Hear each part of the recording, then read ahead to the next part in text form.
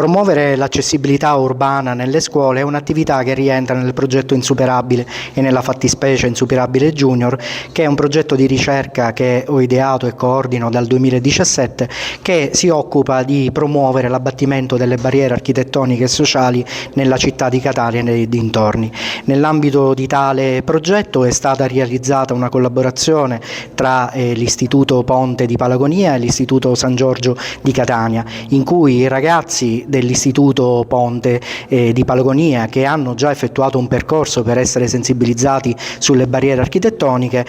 faranno una lezione nella quale racconteranno ciò che hanno fatto nel loro percorso e soprattutto assieme ai pari, quindi assieme ad altri studenti della scuola San Giorgio, gireranno per i diversi piani dell'istituto alla ricerca di barriere